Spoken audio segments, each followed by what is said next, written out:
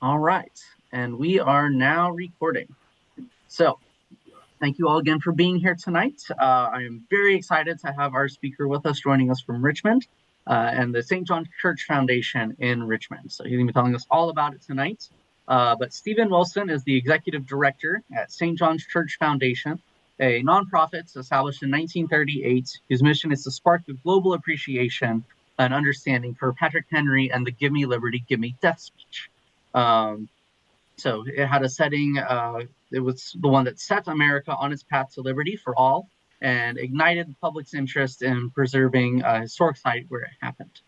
So he has been at St. John's Church Foundation since 2019. He served for 2 years as the organization's first director of development before that, and then was named executive director in 2021. So he has experience on a number of different nonprofit boards, and then he has degrees from University of Mary Washington and the Richard Bland College William & Mary, and holds a certificate in sustainable urban agriculture from Virginia State University. So in his spare time, he enjoys hiking and maintaining urban fig orchard, and he lives in City of Richmond, where he's joining us from today. So thank you for being here, and I will turn it over to Stephen. Well, thank you, Garrett, and thank you, Hunter, for the opportunity tonight. And thanks to all of you for participating and joining via Zoom land. My name is Stephen Wilson. As Garrett mentioned, I serve as executive director for the St. John's Church Foundation. We are a 501c3 nonprofit organization. We've been around a long time, since 1938, and we are charged with preserving the historic site where Patrick Henry delivered one of the most important speeches in our nation's history when he said on March the 23rd of 1775, give me liberty or give me death. He delivered that speech just 27 days before the first shots were fired at Lexington and in Concord that started the American Revolutionary War. We like to say at St. John's that it was at St. John's Church where liberty found its voice. We also like to say that the spark for the American Revolution was ignited at St. John's Church. And in case you are looking at your calendars, if you look at that date, March 23rd, 1775, 2 months from now, Patrick Henry's speech will celebrate its 250th anniversary. That will be a Sunday. So on Sunday, March the 23rd, we will celebrate with history lovers everywhere the 250th anniversary of his speech. Now, Garrett, can you all see me at all, or can you only see the PowerPoint presentation? We can see you as well. Oh, you can see me. Oh, I can't see any of you. So, well, I will let you know that what I'm going to do is I'm going to take you through a PowerPoint presentation. We will cover the history of our historic site. I'll just give an overview of St. John's. I will then switch gears and cover the events that led up to March 23rd, 1775, and the Second Virginia Convention. And then we will talk about who was there. There were 120 delegates there, including 2 from Botetourt County. I am then going to, for the very first time, deliver via Zoom. I've done this a lot in person. I've done this a lot wearing a costume, but I've never delivered the Give Me Liberty or Give Me Death speech virtually. So I did bring a prop with me. So I don't have a full costume, but if you all can see that I did bring a 1700s wig, and I will put that wig on at the appropriate time. Then following the speech, we'll cover some of the work that we take on at the St. John's Church Foundation, and then I will wrap up with plans to commemorate the speech in a couple of months. So what you will see on this first slide is a photo on the left, and can you see my cursor moving around or not? Yes. Okay, good. Okay. So what you'll see on the photo on the left is going to be an image of St. John's Church. That is what it looks like present day. It is a church that seats 325 people. It is far larger today than when it opened in 1741.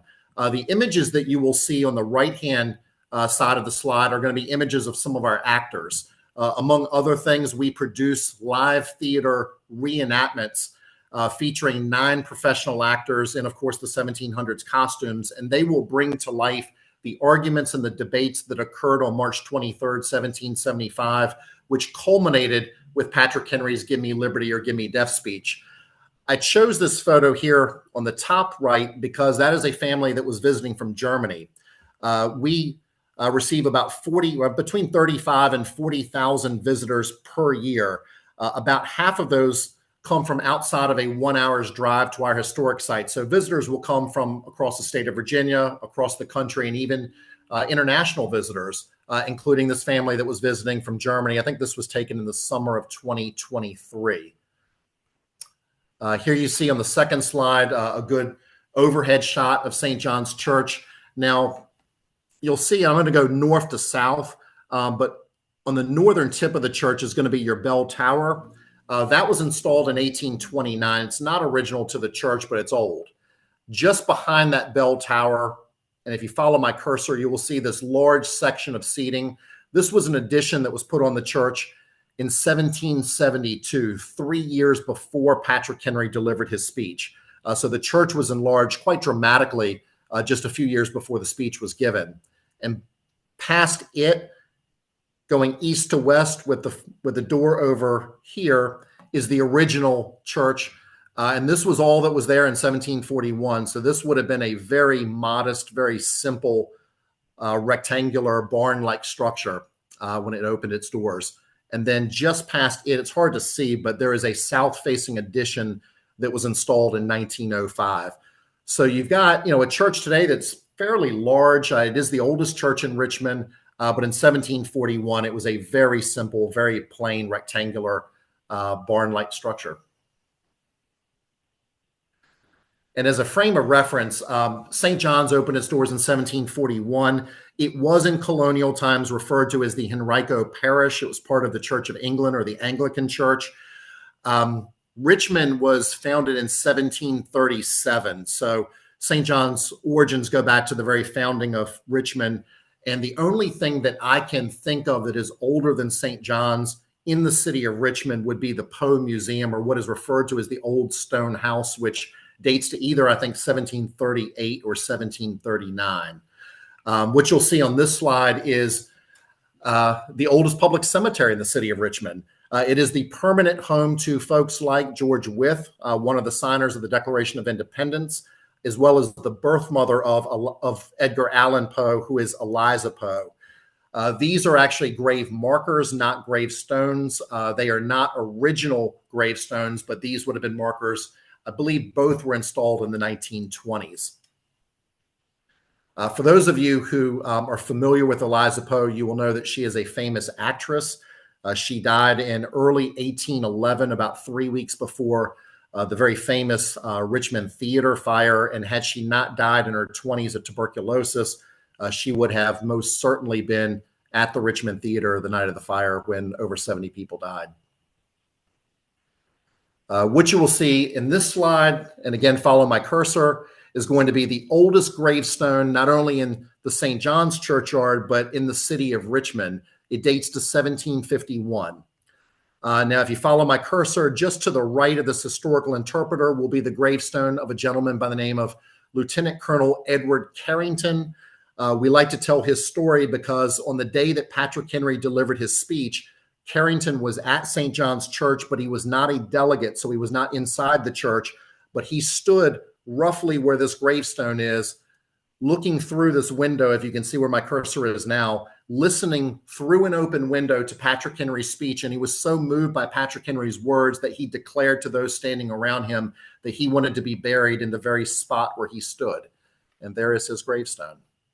And then this will be, if you can again follow my cursor over to the right, will be a grave marker, but the gravestone is just behind it. And this will be the grave of one of Patrick Henry's uncles.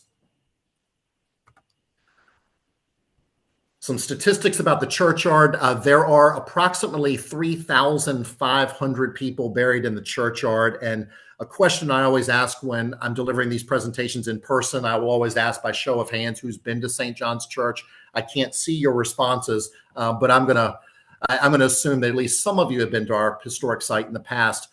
There's a lot of green space in the churchyard, but there is really no open space. 3,500 people approximately are buried in the churchyard, but you'll notice that there are only 400 gravestones in the churchyard, and that is because most people, and most of these gravestones will date from 1800 to 1820, although some of them will date to the 1700s. most people were buried without a gravestone, and they would put a stick in the ground. Now, there was some vandalism over the years, but the vast majority of people were buried without a gravestone, which is why you have a graveyard or a churchyard that is very full, but having relatively fairly few gravestones. I do have a typo. My apologies. I just noticed this earlier. This should say 85 soldiers, not 85 soul, with the jurors coming down below. But 85 soldiers who fought in the War of 1812 were buried at St. John's Church, and 20 American patriots who fought in the Revolutionary War are also buried at St. John's Church. One of the questions we get probably most frequently is this an active church? And the answer to that question is yes. St. John's Episcopal Church is an active and a diverse Episcopal parish. I like to tell people I work for the foundation. I'm in the history business, not the religious business. We are two separate organizations that utilize the same property. But to answer that question, yes, it is an active church, and people have been worshiping at St. John's or the Henrico Parish, all the way back to 1741. It is the oldest the oldest public cemetery in the city of Richmond. The city of Richmond purchased property at St. John's in 1799. The churchyard was full in 1820. Shaco Hill Cemetery, if you've heard of that cemetery, John Marshall is buried there, opened in 1822. Here's an artist drawing of what the church would have looked like when its doors were opened in 1741. Notice in the fine print, the population of the city of Richmond in 1741 was 200 people. And that is why you have a very small, very simple church to accommodate that very small population in what was really known as a frontier town, kind of a wild town that had just been incorporated a few years earlier.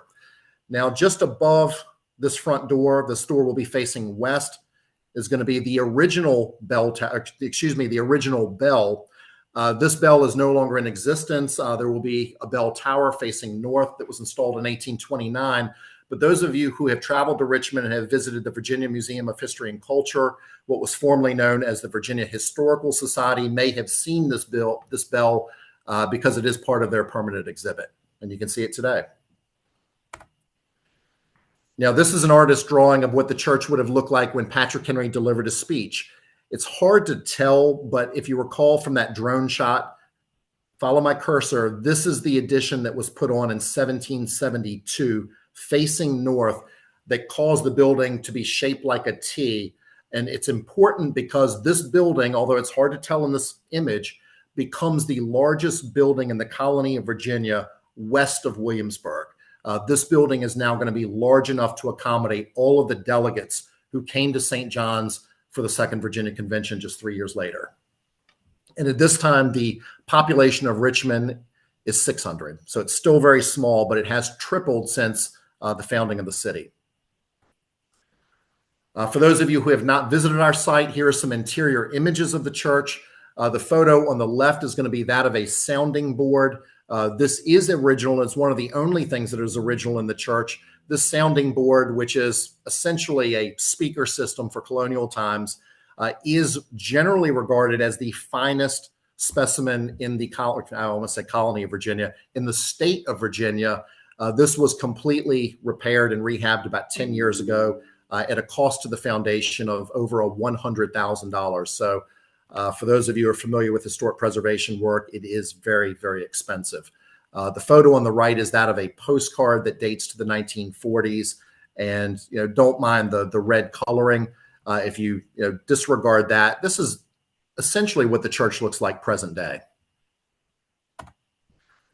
Some of you may know this gentleman, even though he is not facing the camera. This will be Delegate, I almost forgot his name, Terry Austin. Good grief. Terry Austin, who represents Botetourt County, and he is the chair of the Virginia 250 Commission. This photo was taken this past summer, and there is Delegate Austin checking out some of the stained glass windows in St. John's Church that are not original, but we like to say they are part of the historic fabric of the church. They date to the late 1800s and on into the 1900s. This is a very famous drawing. This is housed at the Library of Congress in DC. It shows Patrick Henry delivering his speech. And now, if you will humor me, I'm going to take everybody back to the 4th grade for just a minute. We all heard probably hundreds of times the phrase no taxation without representation. I just want to cover a few historic events that led up to the Second Virginia Convention, starting with the Tea Act. The Tea Act would have been passed by Parliament in mid-1773. And notice that in the next bullet point, it was only a few months later when the members of the Sons of Liberty boarded the ships in Boston and dumped 342 chests of tea into the Boston Harbor in the event that we all know as the Boston Tea Party. A few months later, word travels back to England, and Parliament is going to pass the Coercive Acts in March of 1774, almost a year to the day before Patrick Henry will deliver his famous speech at St. John's. The Coercive Acts, which are going to be referred to as the Intolerable Acts in the colonies, will include the Boston Port Act, which is going to close the port of Boston for commerce until the debt is repaid for the tea that was dumped into the harbor. Now, you might be wondering, why am I talking about Boston? Well, if we segue to Virginia, the members of the House of Burgesses, the elected officials in Virginia, were monitoring the situation in Boston, and they were very concerned specifically about the closing of the Port of Boston. They decided to have, in the summer of 1774, a day of fasting, a day of prayer to show their support for the colony in Massachusetts. And then John Murray, who is the Earl of Dunmore, he is the last royal governor, better known as Lord Dunmore. He is going to retaliate against the House of Burgesses for showing support to Massachusetts by dissolving the House of Burgesses. Now, the House of Burgesses members are going to decide to meet without the governor's presence in a series of meetings that are going to refer to as the Virginia Conventions. There are going to be 5 Virginia conventions. They are oftentimes referred to as the Virginia Revolutionary Conventions. And the first of those meetings is going to be held in Williamsburg. You will see a photo of the Raleigh Tavern here on the left. This would have been in August of 1774. There were, I believe, 28 delegates who attended that fairly not well-attended convention. Peyton Randolph will be elected the president of the convention. And as you can see in the fine print, commerce was banned with England and, it says ban commerce and payments of debts with Britain. Now, if we fast forward a few months, we will get to the Second Virginia Convention, which will be in March of 1775. This will be a full week convention. And unlike the First Virginia Convention that was held in Williamsburg, this will be a very well-attended convention. As you can see in the first bullet point, it says that this is one of the only buildings large enough to accommodate the approximately 120 delegates who attended. Almost every county in the colony of Virginia sent 2 delegates. Some sent 1, but most sent 2. So this is a very well-attended convention.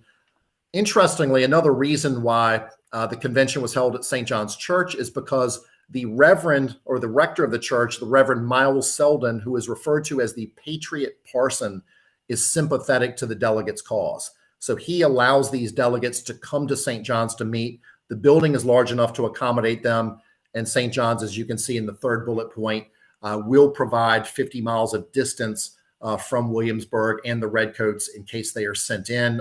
That did not happen, but the distance does provide a level of protection. Well, the big day in history is going to be March the 23rd. And on that day, Patrick Henry, before he delivers his famous speech, he is going to drop a bombshell on the delegates who attended. Now, there are going to be delegates who are revolutionaries. There will be delegates who are loyalists. And Patrick Henry is going to propose a resolution for Virginia to establish a well-regulated militia. I don't know if you can see the fine print on the left or not, but Patrick Henry is going to say, resolve, therefore, that this colony be immediately put into a posture of defense, that a committee be appointed to prepare a plan for embodying, arming, and disciplining such a number of men as may be sufficient for that purpose. Now, you can imagine that when Patrick Henry proposes this resolution, you're going to have some who are for, some who are against, maybe some who are undecided, and there's going to be a lot of arguing and debating going back and forth among these many delegates at St. John's Church. Here are just some, on this slide, some of the delegates who were in attendance. George Washington was in attendance. He is going to be one of 2 delegates representing Fairfax County. He will be in favor of the resolution. He will be on the side of Patrick Henry. He is a revolutionary at this point. Thomas Jefferson is another I vote. He will be representing Albemarle County. Edmund Pendleton is going to be representing Caroline County. He will be against Patrick Henry's resolution to arm, as will Robert Carter Nicholas, who is the treasurer of the colony of Virginia. He's representing James City County. Some more I votes include Richard Henry Lee of the famous Lee family. He is representing Westmoreland County, and he is going to second the resolution. So he is very much in favor of, as is Thomas Nelson.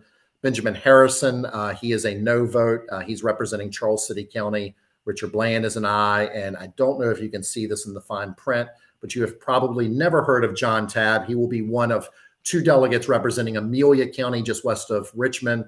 I included him for personal reasons. As you can see, he is my 6th great-grandfather.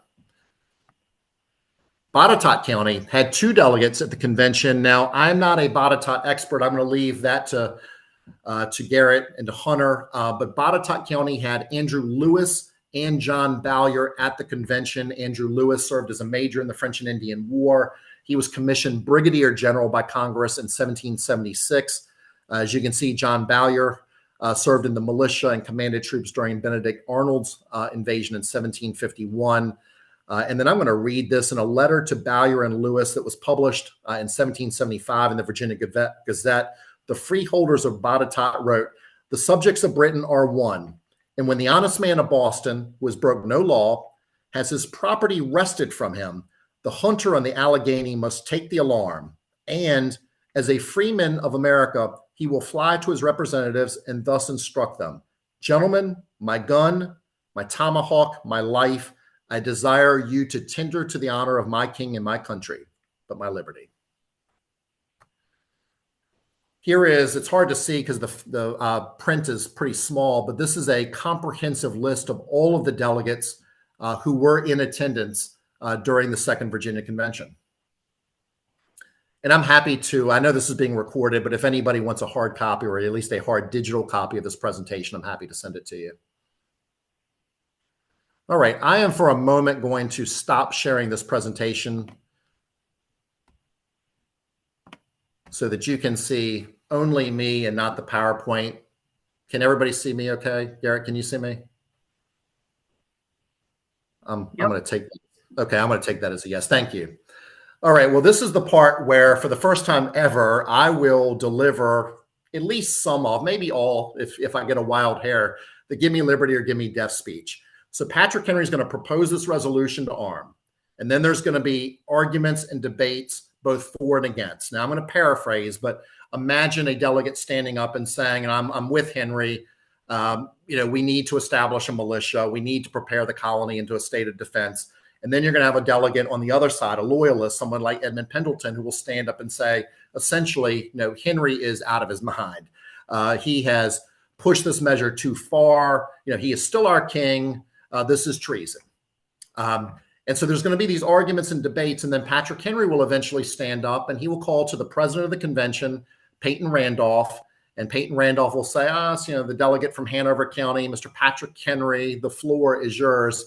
And I have brought my prop. And so I'm going to put my prop on. I will not be in full costume, but this will kind of put me in the mood, so to speak. So bear with me.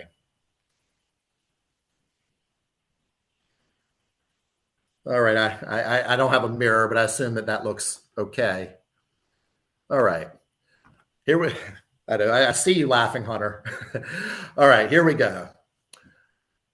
No man thinks more highly than I do of the patriotism as well as the abilities of the very worthy gentlemen who have just addressed this house. But different men oftentimes see the same subject in different lights. So I shall hope that it not be thought of as disrespectful to those gentlemen if, entertaining as I do, opinions of a character very opposite to theirs, I shall set forth my sentiments freely and without reserve. This is no time for ceremony. The question before this house is one of awful moment to our country. For my own part, I shall consider it as nothing less than a question of freedom or slavery. And in proportion to the magnitude of the subject ought to be the freedom of the debate. It is only in this way in which we can hope to arrive at the truth and to fulfill our great responsibility to God and to our country. Should I hold back my opinions at such a time as this for fear of giving offense? I should consider myself as guilty of treason towards my country and an act of disloyalty against the majesty of heaven, who I revere above all earthly kings. Mr. President, it is natural for man to indulge in the illusion of hope. We are apt to shut our eyes against a painful truth and listen to that song of the siren until she transforms us into beasts. But is this the part of wise men engaged in an arduous struggle for liberty? Are we disposed to be among the number of those who, having eyes, see not, and having ears, hear not, those things which so nearly concern our temporal salvation? For my own part, whatever anguish of spirit it may cause, I am willing to know the whole truth, to know the worst, and to provide for it. I have but one lamp by which my feet are guided, and that is the lamp of experience. I know of no way of judging the future, but by the past.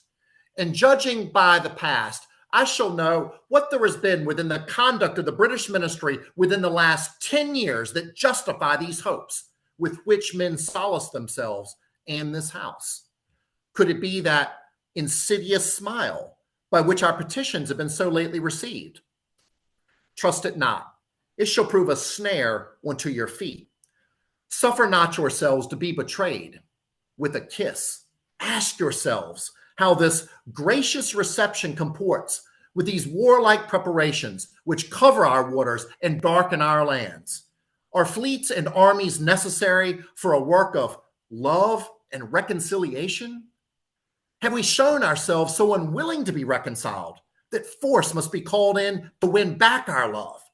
I beseech you, gentlemen, these are the implements of war and subjugation, the last arguments to which kings resort.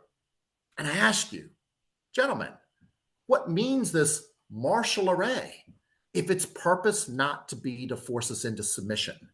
Can gentlemen assign any other motive for Great Britain in this quarter of the world to call for this accumulation of armies and navies? No, sir, she has none. They were meant for us. They could be meant for no other. They were sent to bind and rivet upon us the chains with which the British ministry has been so long forging. And what have we to oppose them? Should we try argument? We've been trying that for the last 10 years. What have we new to offer upon the subject? Nothing. We have held the subject up to every light by which it is possible, and it has all been in vain. Shall we resort to entreaty and humble supplication? But what terms shall we find that have not already been exhausted? I beseech you, gentlemen, we have tried everything to avert this storm that is now coming on. We have petitioned, we have remonstrated, we have supplicated, and we have prostrated ourselves before the throne to arrest its interposition into the tyrannical hands of the ministry and parliament. Our petitions have been slighted. Our remonstrances have produced additional violence and insult. Our supplications have been disregarded, and we have been spurned with contempt at the foot of the throne. There are no longer any English, no Scots, no Britons, only a set of wretches, cowards, sunk in luxury who can no longer look the brave Americans in the face. If we wish to be free, if we wish to preserve, inviolate those inestimable rights and privileges for which we have been so long contending and which we have pledged ourselves never to abandon until the glorious object of our attention be obtained, then we must fight. I repeat it, we must fight. An appeal to arms and to the God of hosts is all that has left us. They tell us that we are weak, unable to cope with so formidable an adversary. But when shall we be stronger? Shall it be in the next week or in the next year? Shall it be when we are totally disarmed and there's a British soldier stationed in every house? Shall we gather strength through irresolution and inaction? Shall we gather the strength of effectual resistance by lying supinely on our backs, hugging the delusive phantom of hope until our enemies have bound and shackled us hand and foot? No, sir, we are not weak. If we make a proper use of those things which the God of nature hath placed in our power, 3 millions of people armed and in the holy cause of liberty, and in such a country as to which we possess, shall be invincible by whatever force our enemies may send against us. Besides, we shall not fight our battles alone. There is a just God who will raise up forces to fight our battles for us. The battle is not to the strong alone. It is to the active, the vigilant, the brave. Besides, we have no election. Even if we were base enough to desire it, it is already too late to retire from the contest. Our chains are forged. Their clanking can be heard upon the plains of Boston. The war is inevitable. And let it come. I repeat it, let it come. It is in vain to extenuate the matter. Gentlemen may cry, peace, peace, but there is no peace. The war has actually begun. The next gale that sweeps from the north shall bring to our ears the clash of resounding arms. Our brethren are already in the field. Why stand we here idle? What is it that the gentlemen wish? What would they have? Is life so dear or peace so sweet as to be purchased at the price of chains and slavery? Forbid it, Almighty God.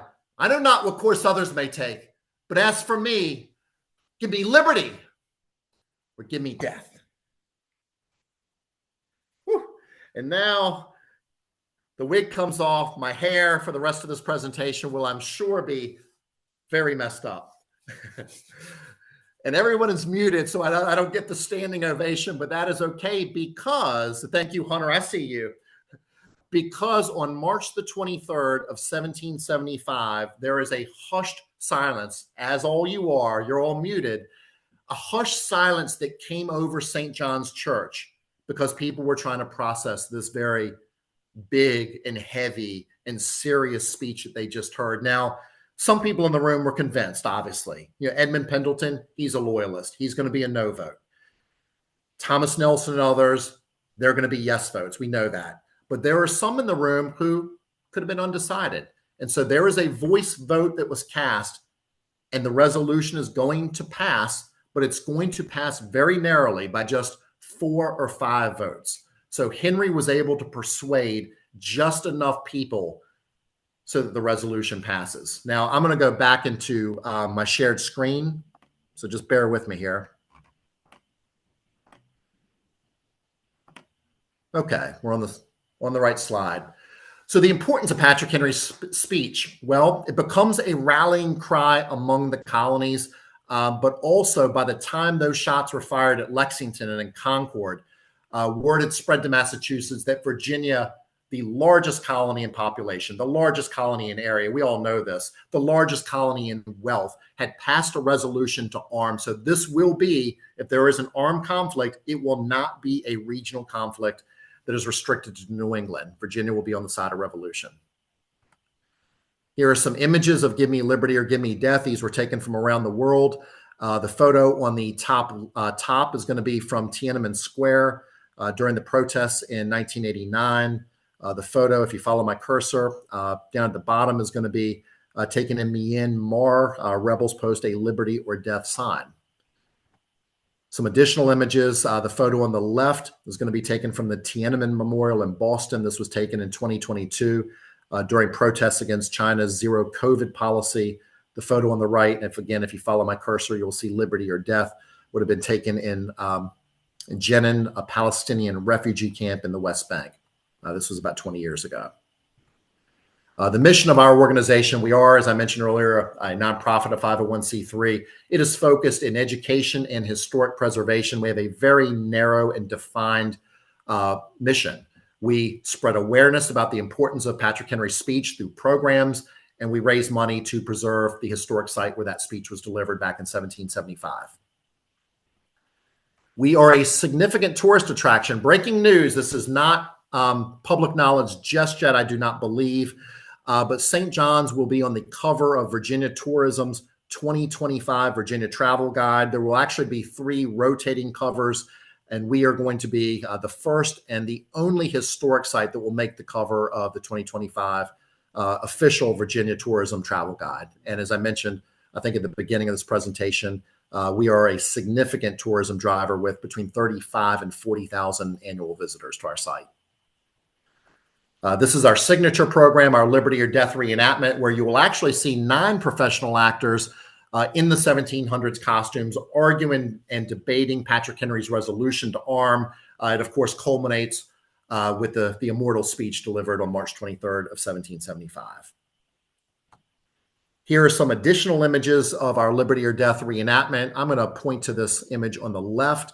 Notice that these are very well-attended programs. St. John's Church will seat at max capacity about 325 people. I'm going to assume that there are probably a couple hundred people at this reenactment. And I believe this was Botetourt Day, if I remember correctly, from this past summer. I may be wrong on that, but I think it may have been Botetourt Day. The Liberty or Death reenactment was featured on C-SPAN's American History TV channel a couple of years ago. If you Google and go to their website, you can, in the search field, just type in Liberty or Death reenactment, and you can actually watch the full reenactment, which takes about 40 minutes at their website. Whoop, I think I got a little trigger happy there. This is just a fun fact. If you do decide to come to one of our reenactments, they are held every Sunday from Memorial Day to Labor Day. They do feature non-professional actors, but they do feature as well an amateur. And a fun fact is that we select somebody from the audience to portray the Reverend Miles Selden. As you can see, we do not discriminate on age, as we have chosen this very young person here to portray the Reverend.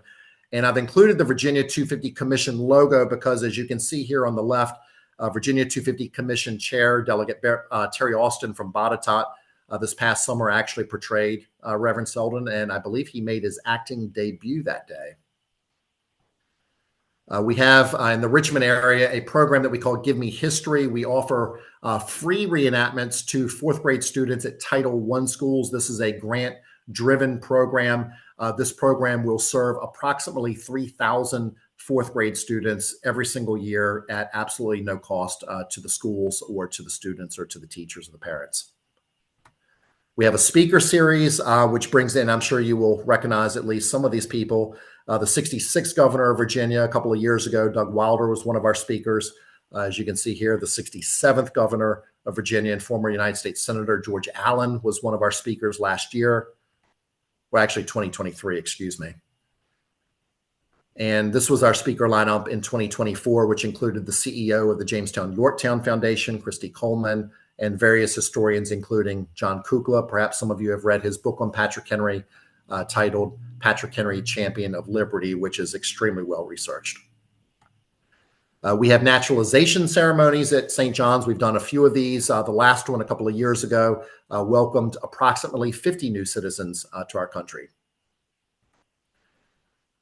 And historic preservation, that is, as you can see on the slide, our #1 priority is raising money so that we can preserve not only the oldest church in the city of Richmond and the oldest public cemetery in the city of Richmond, but the site of one of the most important speeches, I think I said earlier, in American history, but really one of the most important speeches in history.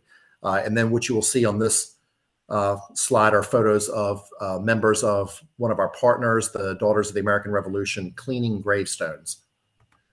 And there is a before and after photo of a gravestone that was cleaned.